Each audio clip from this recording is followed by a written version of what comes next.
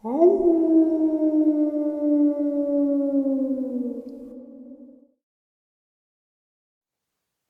greetings and salutations, everybody. I hope everyone is doing well today. Happy Thanksgiving. Today is a time to be thankful for all we have. And I am thankful for all of my friends and family in this channel. So today I'm going to do something a little different. I'm going to do a mix-up of very interesting things all throughout it. Before we get into it, though, a couple links. As you know, I rely on Patreon, PayPal, and my merch to help the channel to continue to grow and go. Patreon and PayPal links are in the description below. My merch is directly displayed under this video. Also, Dogman Frightening Encounters, Volume 1, 2, and 3, the audiobook versions. They were written and researched by Tom Lyons, narrated and produced by me, Jeffrey Nadolny. Those audiobooks are available on Audible, Amazon, and iTunes. The links to which are also in the description as well. Now, everyone, I have taken far too much of your time. Let's get on with today's upload. Shall we? Today's first part of the upload, 1991, Wisconsin. I was staying by myself at a cabin. It was far too quiet during the evenings, and I was starting to wonder about that. Sometimes it sounded like someone was outside. I went outside one night to look around because I thought I heard somebody lurking around my property. Now, I'm a pretty big guy, so I wasn't really scared. I was armed, but I could let my fists do the talking if it needed to come down to that. I knew I was in over my head, though, when I saw it. I saw it because it had bright yellow eyes. It caught me looking at it and stood up from behind a brush it was hiding behind. That was scary because it was enormous. I don't know if it was a bear. Its shape was all wrong for a bear standing up. It growled and started walking toward me. It was mostly dark, but I saw pointed ears and a wolf's head on top of what would be approximately a 7-foot tall human-like body. Its legs were shaped like a dog's, so I don't know how it could be walking so easily like that on 2 legs. But its upper body was almost human-like, except the proportions were not right. The arms were far too long. It was slowly walking toward me, which was an extremely scary sight that's been burned into my memory. I must have been too scared because I somehow forgot I was armed and ran back into the cabin. I shut the door and locked it. I'm pretty sure it came right up to the door and stood outside. I say that because I could hear it breathing. After a while, I couldn't hear the breathing anymore and realized it was prowling around the cabin. I secured all the windows, but other than putting an arm through one, it wasn't going to fit through any of those windows. It was far too big. It definitely would get stuck. The door was its best option, but it would have to cram itself through the door as well if it was going to try to get in because of how big it was. It was too quiet outside, but there was still shuffling noises, and maybe it was scratching the walls from outside or something. I really couldn't tell what was going on. I found a good position to hide with my gun aimed at the door and didn't move from it at all. I didn't get a wink of sleep that night, but it didn't bust through the door. I don't know or see where it was that whole time I was hiding inside the cabin, but I didn't see it again during the night and left first thing in the morning after there was plenty of light outside. Today's second part of the upload is a historic cryptid abduction. On Thursday, August 18th, 1875, Asa Grundy thought it was going to be a normal day in Kit Swamp, North Carolina. His 5-year-old daughter was playing with a neighborhood child in the corn crib while he was stripping fodder in the field. Then he heard the children screaming, the dogs barking, and his wife screaming. Asa stopped what he was doing, ran toward the edge of the cornfield where all the screaming was coming from. In front of him stood a monster that was carrying the children with one in each paw. The monster was heading toward the woods. When Asa appeared, it surprised the monster, making him pause for a second. The father did what he thought fit, as, with all his strength, he swung toward the monster. With a solid hit on the forehead, the monster fell to the ground and dropped both children. Before Asa could capture the thing, it suddenly got up and ran into the woods, with no trace of being found. Asa said that the beast had the face of a wanderoo, and the body of a baboon, and the arms and legs of a human.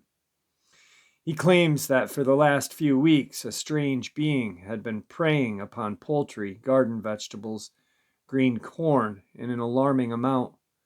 The inhabitants of Kit Swamp were now on edge, as they kept an eye on the beast who was possibly after their children.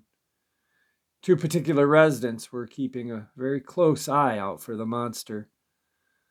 Story Eli Sparrow and Frank Hansen kept their eyes out for it, determined to get it when they spotted it. The monster was lurking on the outside of a small clearing owned by Maria Harkley. At this time, Maria and her two young children were picking blackberries. The three men were sitting on a pine log watching as the monster started to approach the young Maria's boy, who was 50 yards away from his mom. When the creature was spotted, the three men hid behind the log and kept an eye on it. They wanted to see what it was up to. The boy was now within range for the men to shoot it if the monster came toward him. The men did not automatically shoot, as they wanted to see the monster's intentions because they wanted to get it alive. But it became apparent that the creature wanted to kidnap the boy. When the creature came 10 feet from the boy, it seemed to want to lunge at him. They shot him towards the lower half. The creature fell, but before the men could get to him, it ran into the woods. It outran the hunters, but the blood trail helped them find it. They pursued the creature for 2 hours before happening upon a chaparral that was too thick to go through. They then saw an opening, and Story volunteered to go through. It was small and too dark for Story. He eventually ran into a plank that he had to remove and to let some light come through. This was when he made eye contact with this creature. The others followed after him. The creature seemed to have felt scared and trapped. It tried to defend itself and sprung at Story, and during the struggle his gun went off, which caused the creature to lose its life. The three men brought it to the town, and many were awed by the monster. The skin of the monster was sent to Baltimore to be stuffed and put into exhibit. It is unknown if it really was stuffed, though. So, like I said, I'm going to be kind of mixing it up a little bit. I think it's kind of strange that during all of these unidentified animal attacks or just covered up mysterious deaths, that the autopsy takes forever and a day to come back, or if not ever released to the public. Yet, here's one that is a little fishy, but instantly released. It makes absolutely zero sense to me. Seattle Deputy Fire Chief died after falling down a steep hillside. Kittitas County Coroner states, November 22nd, 2021. Seattle Deputy Fire Chief Jay Schreckengast died from blunt force trauma after falling down a steep hillside near Cliffdale, authorities said. The autopsy was performed in Kittitas County, found Schreckengast, 56, had a broken wrist, broken spine, among other injuries, when he was found near the bottom of a 700-foot broken slope, according to the Kittitas County Sheriff's Office, which oversaw the nearly 2-week-long search effort. Further investigation in the field led investigators to believe that Chief Schreckengost fell down the steep hillside or cliff face more than once before coming to rest where he was found last Sunday, the news release states. When Schreckengost went out, there was snow on the ground, creating slick conditions in the mountainous terrain, the release said. Schreckengost contacted his family on November 2nd when he went out to scout elk in the Cliff Dell area, authorities said. He never checked in that night. Family members and members of the Yakima County Sheriff's Search and Rescue Team found Schreckengost's truck parked on a U.S. Forest Service road 3 miles northeast of Whistling Jack Lodge. The truck, which became a center point of a search operation, was within the Kittitas County. Schreckengost's body was found November 14th at the bottom of a slope a half a mile from his truck, authorities said.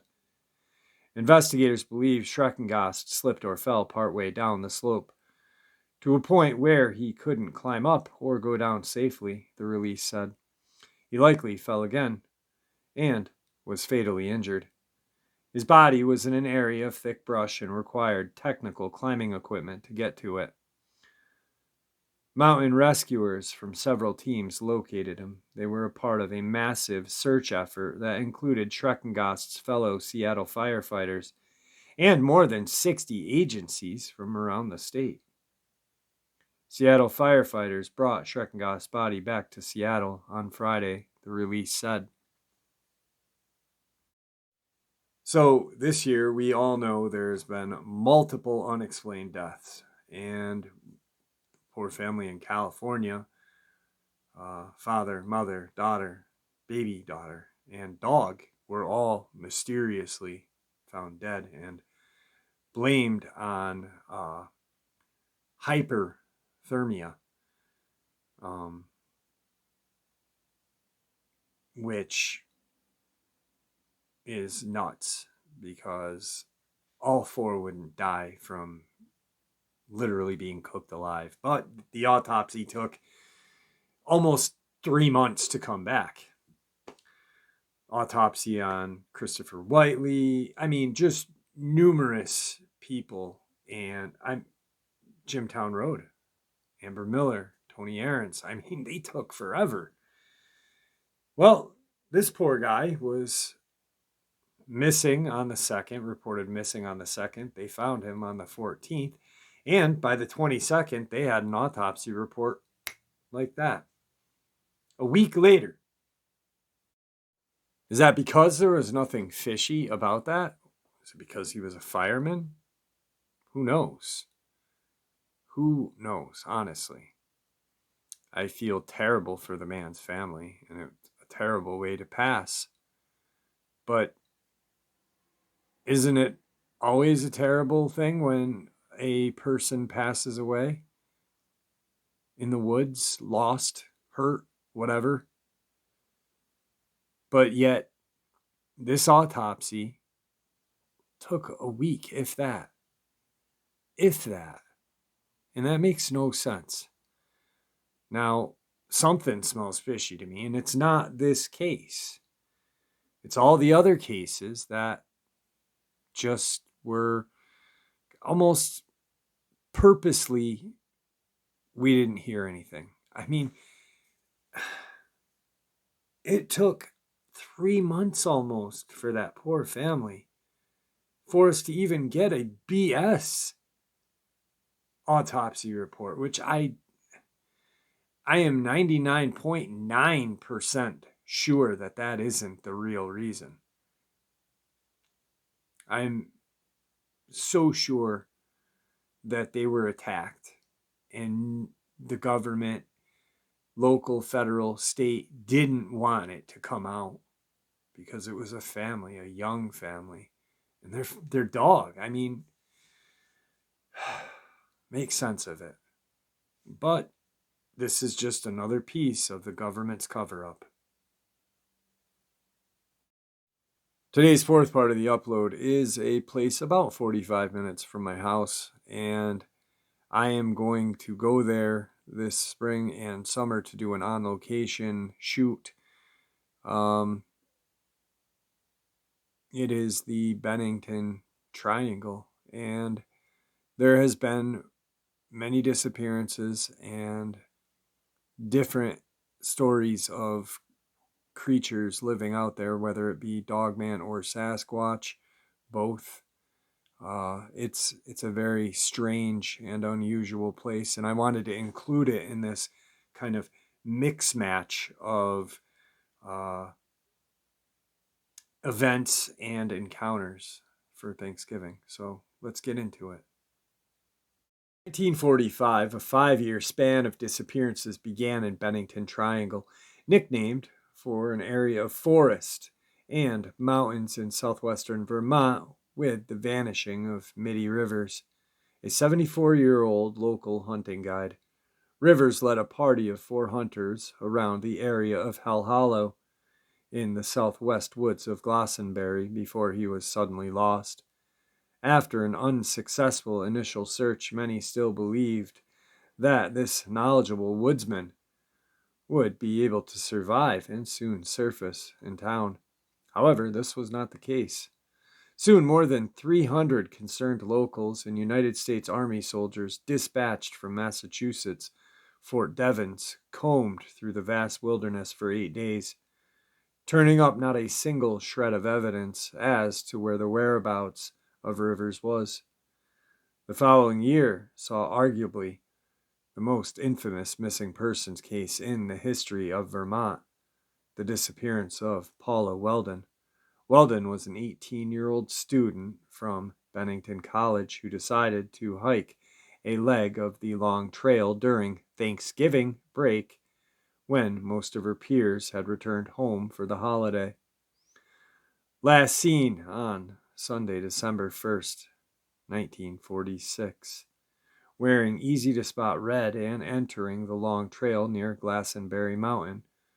Weldon never showed up for her Monday classes, spurring a massive search party of more than 1,000 people and a reward of $5,000.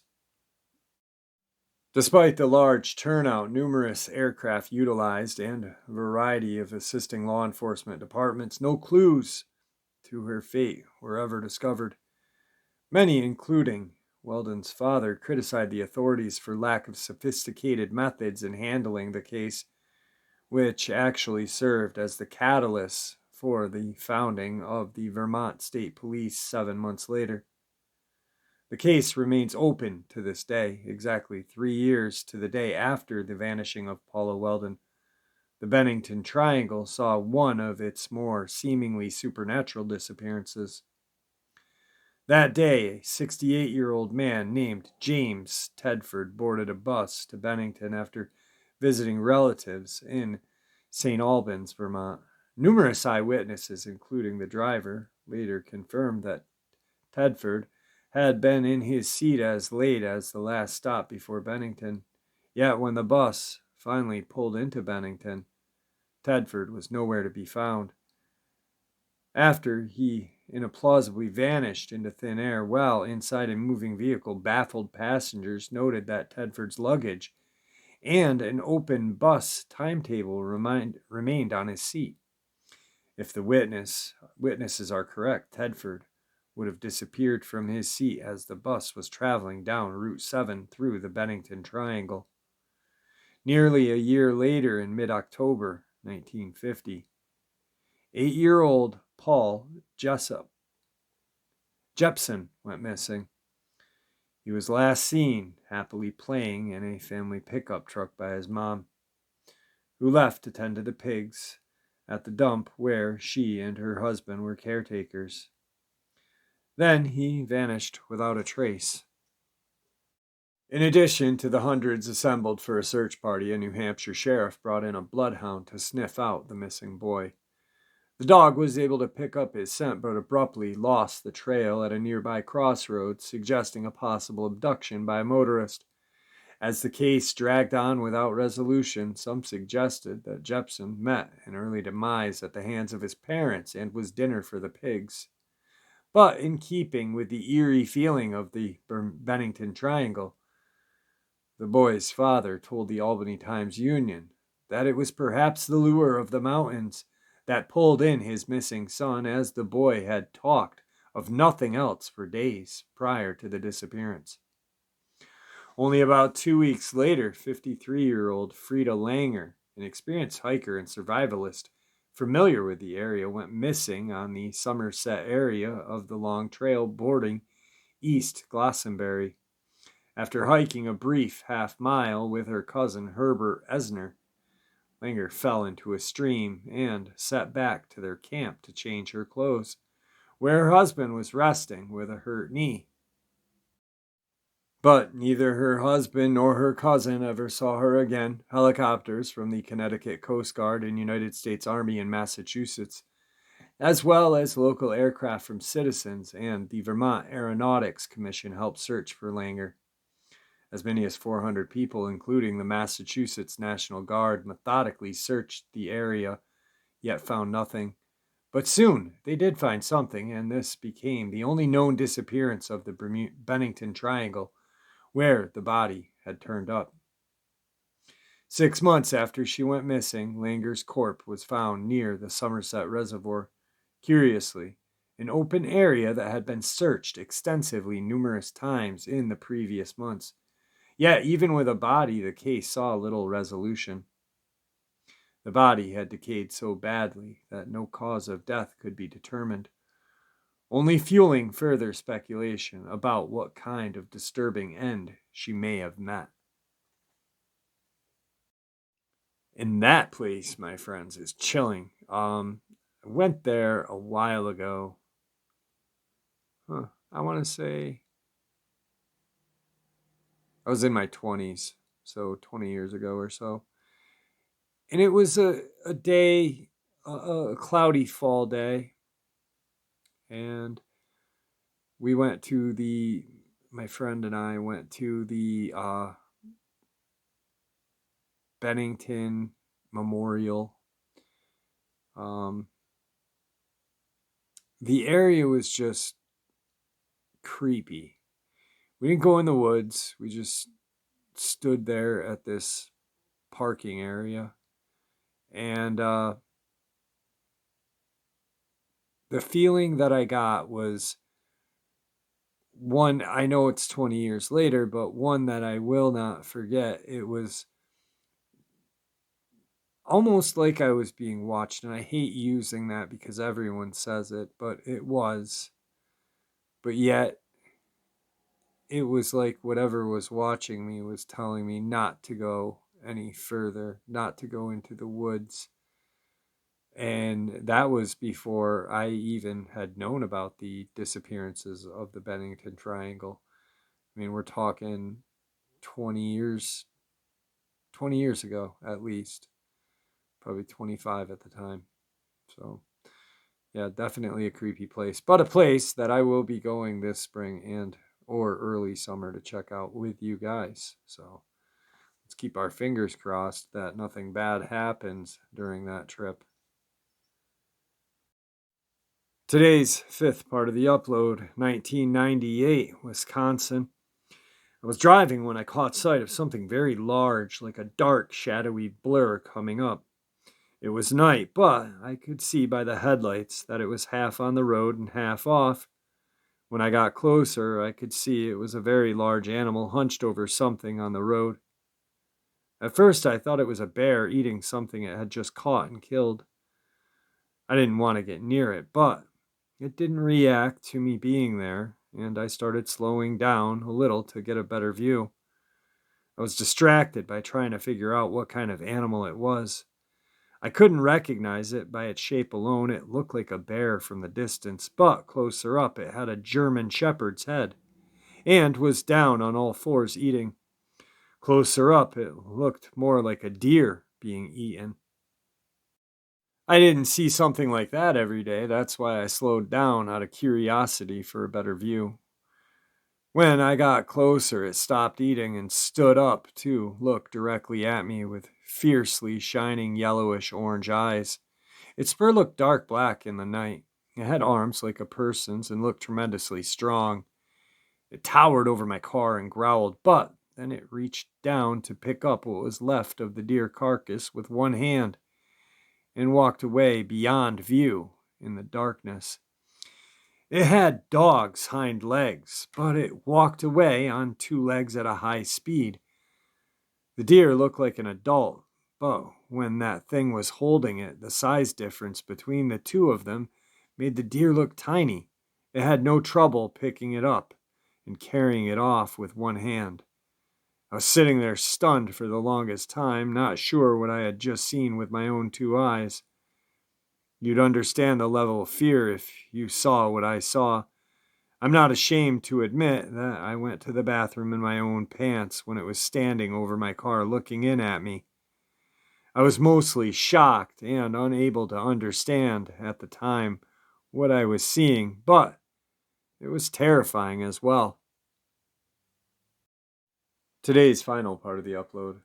When I was a teenager in the late 70s, we lived year-round in a remote area next to a large lake that was rapidly developing as a weekend getaway for urbanites at the time. The countryside was hilly and heavily wooded with streams and ravines.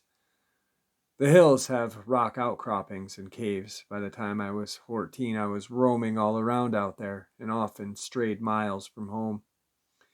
I can recall only one incident that spooked me personally. It would have been 1977. I was 15 at the time and at least 3 miles from home, out hiking, and was working my way down a fairly steep decline, probably 50 degrees or more.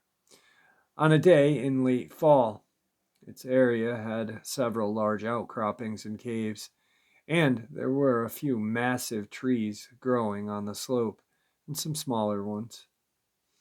What happened was all of a sudden, I got that proverbial tingling feeling at the back of my neck that I was being watched, not only watched but glared at.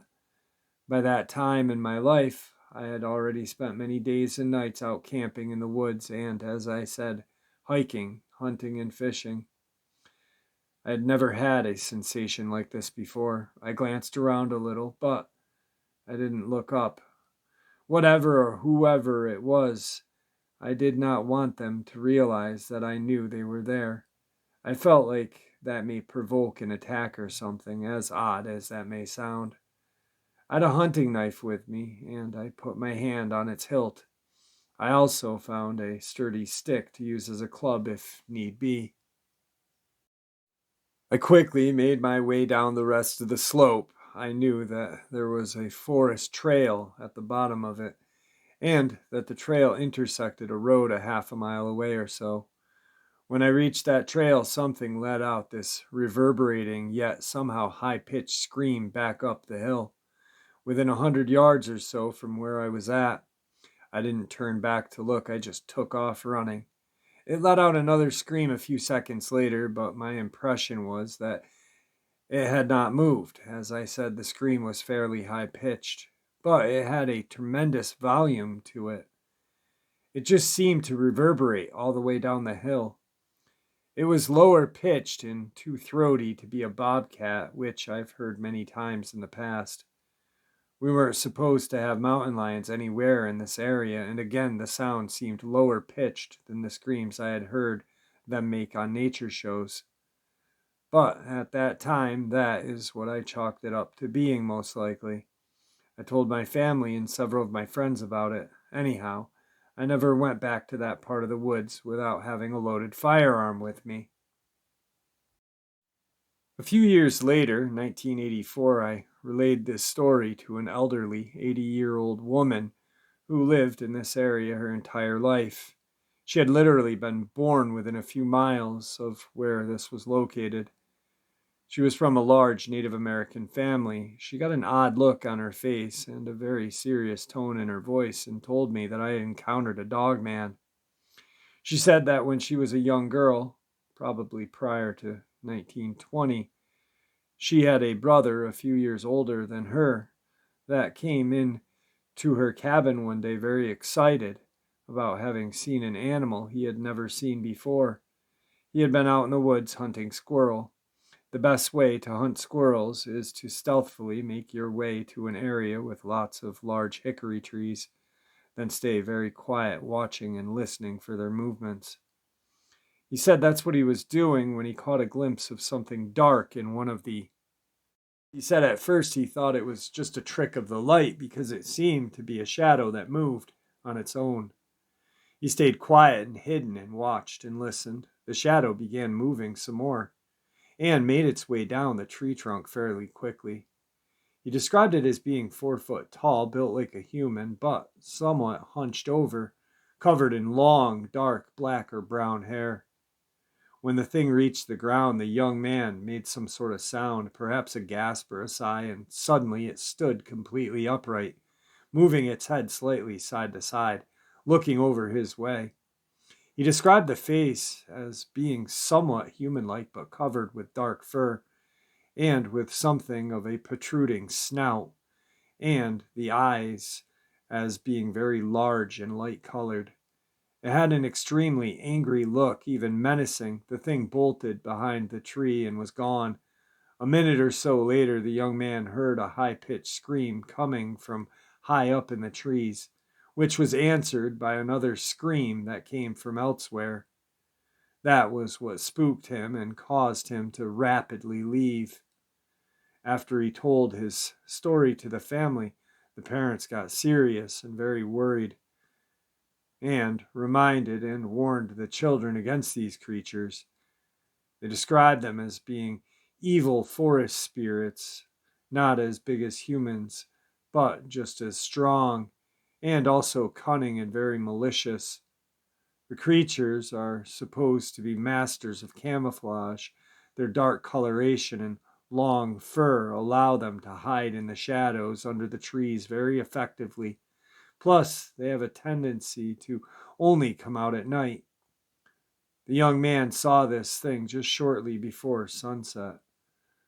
The creature supposedly hates humans and will try to kill them when possible. Usually they target young children, luring them to stray away from their homes by mimicking the sound of a kitten or a puppy, or sometimes mimicking the sound of a baby. If the creature can get a young child alone in the woods, they will tear them apart. Another tactic is to get older children or even small adults alone into the water or creek or pond, and the creature will spring upon the victim and hold them underwater, drowning them.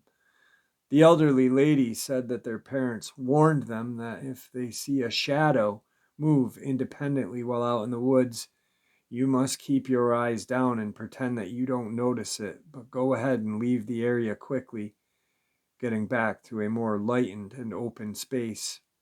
Now, as an adult, I have heard and now research a little about skinwalkers and realized that the term is generally used to describe myths of shapeshifters among Native Americans in the Southwest, like Navajo and Hopi. But I am just sharing this encounter exactly as it was told to me. Again, this was in eastern Oklahoma back in the 1984, and describing an incident that would have occurred in the area in 1915 through 1920. When I was a young child, my parents, grandparents, and grandparents warned me and other kids in our family never to stray into the woods by ourselves, and especially not if we heard what we thought was a kitten or a puppy. My family called it the booger man or the child catcher, and basically said that there was something out there that would kill young children if it could catch them alone, but never gave me any more description than that. It was always big and dark. I realize that folks tell their children such things to scare their kids to keep them from wandering off and getting lost or hurt, but still, it makes you wonder if there may be a kernel of truth behind these stories. One last thing about this. The elderly lady told me that later on in her life, she had seen a television show about wildlife in other parts of the world and had seen howler monkeys in South America. She had always thought these monkey images were somewhat like what her brother had described to her. Man, that was terrifying. I hope you guys enjoyed the mix of encounters, cover ups, disappearances, and whatnot. I most certainly enjoyed sharing it with you guys. Once again, I hope everyone has a happy Thanksgiving. I hope everyone is safe today and with family and enjoying themselves or friends, whatnot. With that, I want to bid you all farewell. I want to ask you to please be kind to each other or other people. And with that, may the Great Spirit watch over all of us and guide us through our path in life.